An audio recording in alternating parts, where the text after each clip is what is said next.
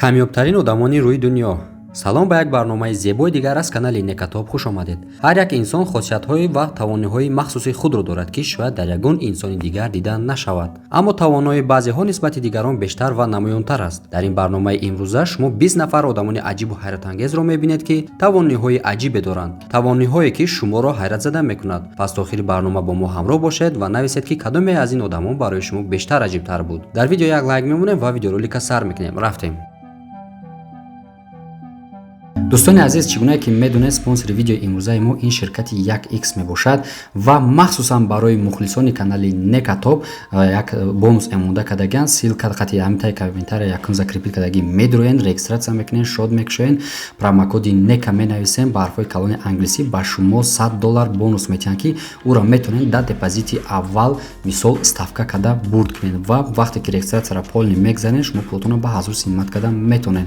маълумоти бештар дар ҳамун комментария закрепит кардаги. фаромӯш накунед, ки дар омада бояд шумо ҳатман регистратсияро пурра гузаред. Ден Карназес, варзишгари амрикоӣ, ҳеҷ гоҳ хаста намешавад. ин мард дар давраи мактабиаш ин тавонои худро пай бурд. одатан бисёриҳо 15 бор гирди давра медаванд, аммо Ден 105 даврро ба осонӣ медавид. ҳатто бо ин ҳам қаноат намекунад. то ба ӯ ист нагӯянд намеистад. ӯ дар 50 бозӣ дар тӯли 50 рӯз дар иёлоти муттаҳидаи амрико дар ҳамаи штатҳояш доир шуда иштирок карда буд.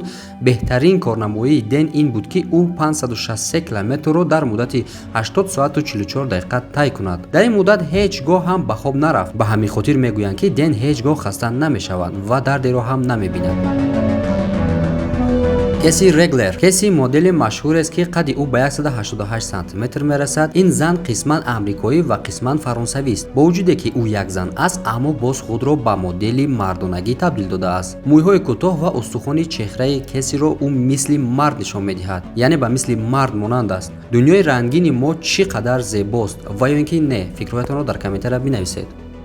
замонҳои пеш дар ҷопон яъне Япония қабилае ба сар мебурданд, ки саймураҳо ном доштанд ва ҳеҷ гоҳ дар ҷанг шикаст намехӯрданд. қувва ва тавонои ин мардон хеле ҳайратангез буд. ҳоло бошад, Исао Мочи, ки як марди ҷопонист, дар ҳақиқат худро ба яке аз самурайҳо табдил додааст. корҳои ӯ мардуми дунёро дар ҳайрат мондааст. ин мард метавонад, ки ҳатто бо шамшер тири парондашударо зада дуним кунад. Исао 6 рекордро бо номи худ сабт кардааст. ҳар рӯз ӯ дар ин соҳа бисёр машқ мекунад.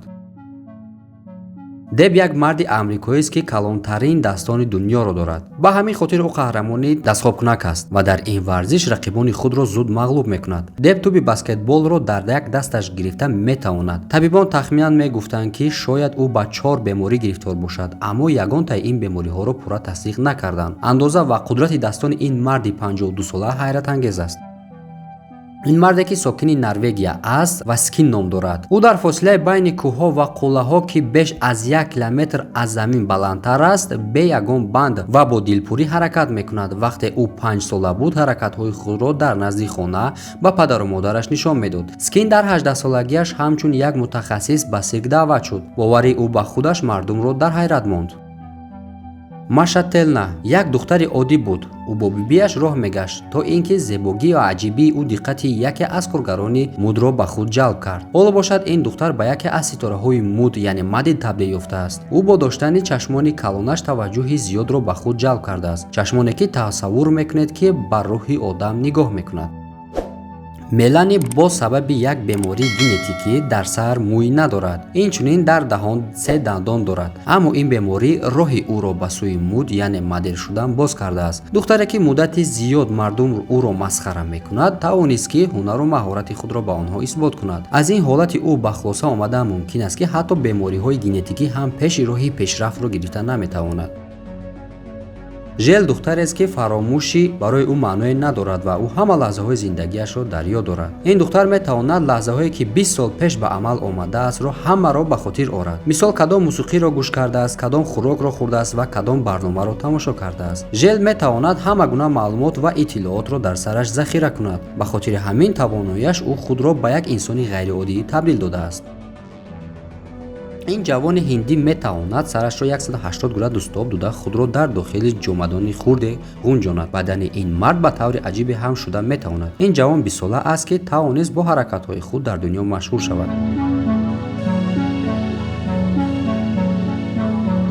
чанд як марди вьетнамист боре дар синни 25 солагӣ мӯи сарашро кӯтоҳ кард. Баъди андаке ба беморие дучор шуд ва ба хулосае омад ки дигар мӯи сарашро кӯтоҳ накунад. Ӯ дар тӯли 50 сол фақат як бор мӯйҳояшро шустааст. дарозии мӯйҳои ӯ ба 7 метр ва вазнаш бошад ба 10 килограмм мерасад. вен варзишгарест ки дар Голландия зиндагӣ мекунад. ӯ фақат як либоси зер ба яке аз баландтарин қуллаҳои кӯҳи Алп баромад ва 2 соатро дар байни обҳои яхзада истод. ин тавоноии худро ӯ дар 17-солагиаш пай бурд. ӯ то имрӯз 26 рекордро ба номи худаш сабт кардааст. ӯ сирри ҳамаи ин муваффақиятҳои худро дар варзиш медонад, вале олимон то ба ҳол сирри аниқи ин мардро намефаҳманд, яъне тасдиқ карда наметавонанд, чунки як одами оддӣ ба ин кор ҳеҷ гоҳ ҳатто баъди машқҳои зиёд ҳам карда наметавонад. хуб, бо шумо чӣ фикр доред? фикрҳои ақидаҳои худро дар комментария бинависед. одамони оддӣ метавонанд аз 3 то 5 дақиқа дар зери об нафас накашанд, вале ин зан метавонад 22 дақиқа дар зери об бошад, бе он ки камтарин зараре бинад. марде ки аз кӯдакиаш шино мекунад ва дар об бо хоккей машғул мешуд, ҳоло ӯ дар дунё хеле машҳур шудааст. ӯ мегӯяд ки ҳар касе бо саъю кӯшиши худ метавонад ба ин муваффақият ноил шавад.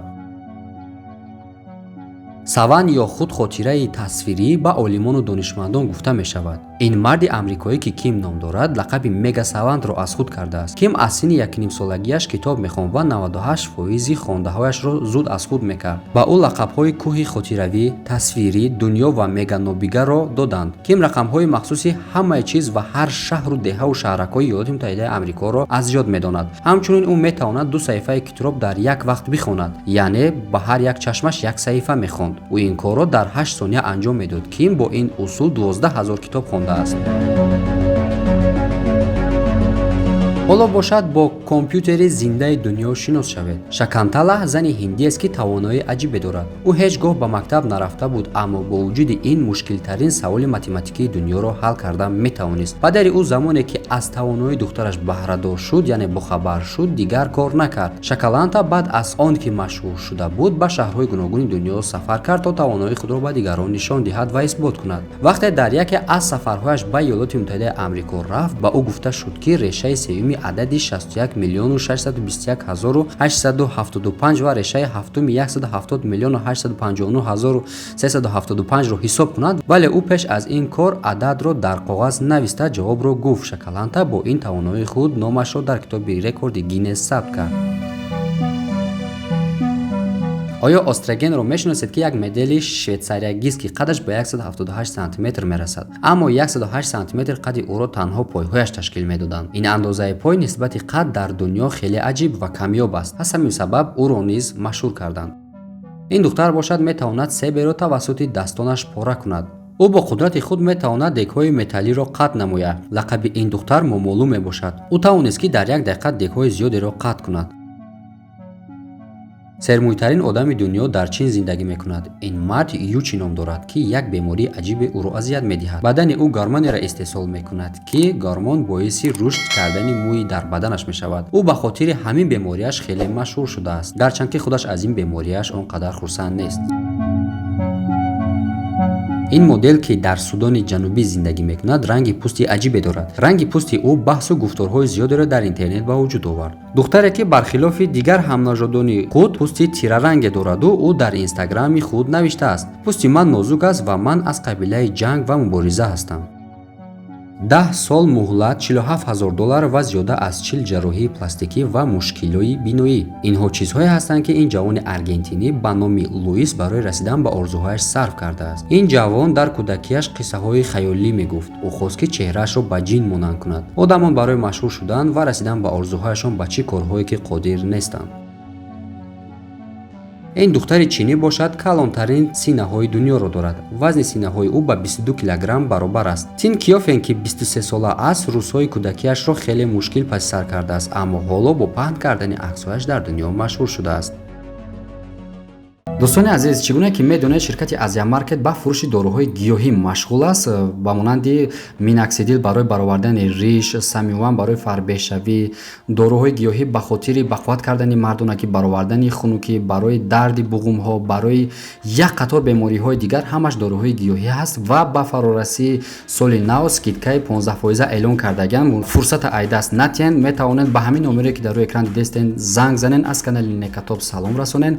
шумо чанд сомоне ки харид мекунед намекунед шумо да 15% скидка мекунад. То соли нав ва баъди соли нав ин скидка дига дестид намекунад. Барои ин фурсата ай даст натем бародарои гиромӣ. Любой намуд дорои гиёҳият дорад оригинала гарантия қати доставка по всей России. Маълумоти бештар ан ҳамин номерҳо дар рӯи экран.